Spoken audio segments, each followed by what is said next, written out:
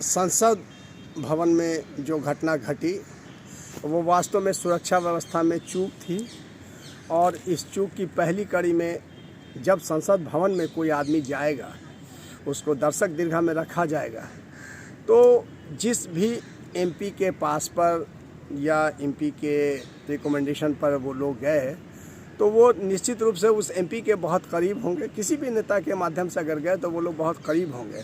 ऐसे तो कोई संसद भवन में या देश के पार्लियामेंट में कोई यूं ही नहीं भेज देगा किसी को और उसका पास बनाया जाएगा।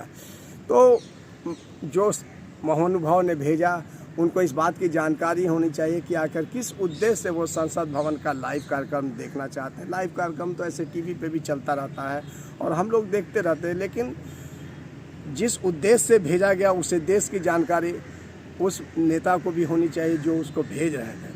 तो और दूसरी बात है कि जब पास मिल गया तो सुरक्षा कर्मियों का इसमें दोष कहाँ है? सुरक्षा कर्मी का दोष एक जगह है कि उनका ठीक से स्क्रीनिंग नहीं किया गया और स्क्रीनिंग नहीं किया गया जिससे फॉग वाला स्प्रे ये लोग लेकर के इंटर कर गए। अदरवाइज सुरक्षा में कोई चूक नहीं हुई है क्योंकि आपने पास दे रखा था उस व्यक्ति को। पास दिया जाता तो सम्मानित लोग होते हैं जिन पर बहुत ज़्यादा शक की गुंजाइश नहीं रह जाती। तो सवाल यह है कि हम कटघरे में किसको खड़ा कराना चाहते हैं। दूसरी बात है कि ये जो व्यक्ति जो लोग संसद भवन में घुसे उनका उद्देश्य देश के लोकतांत्रिक व्यवस्था पर सवाल खड़ा करना था, क्योंकि हम देख रहे हैं कि पक्ष और विपक्ष ये दो प्लेयर की तरह होते हैं, दोनों मैच खेलते हैं, कोई हारता और कोई जीतता है।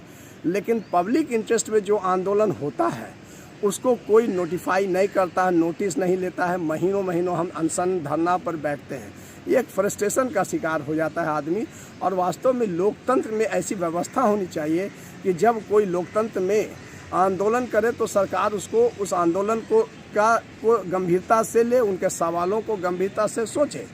आखिर डेमोक्रेसी में इसी बात का तो हक दिया गया कि हम आंदोलन करें और आंदोलन के माध्यम से डेमोक्रेटिक तरीके से अपनी बात को रखें।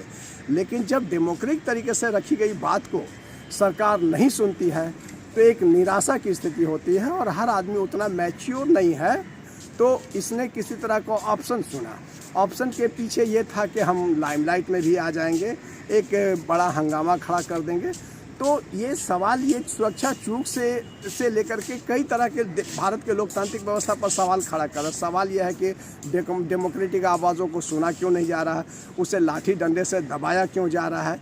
ये फ्रस्ट्रेशन देश के अंदर और भी जो गंभीर समस्याओं से छोड़ करके हम सांप्रदायिक उन्माद और धार्मिक उन्माद के विचारों में फंसे। हाल के विगत कुछ वर्षों में हम देख रहे हैं कि देश के गंभीर मुद्दों पर नहीं हो रहा। देश का जो मूल समस्या है रोजी रोटी, रोजगार और विकास का सवाल, इस मुद्दों से पीछे हैं। तो कभी अजान पर बोल देते हैं, कभी धर्म के उन्माद पर बोल देते हैं, कभी क्षेत्रवाद के बोलते। तो हमारा ये सवाल ये है कि आखिर देश की ये बड़ी पार्टी करना क्या चाहती है, देश को किधर लेना चाहती है।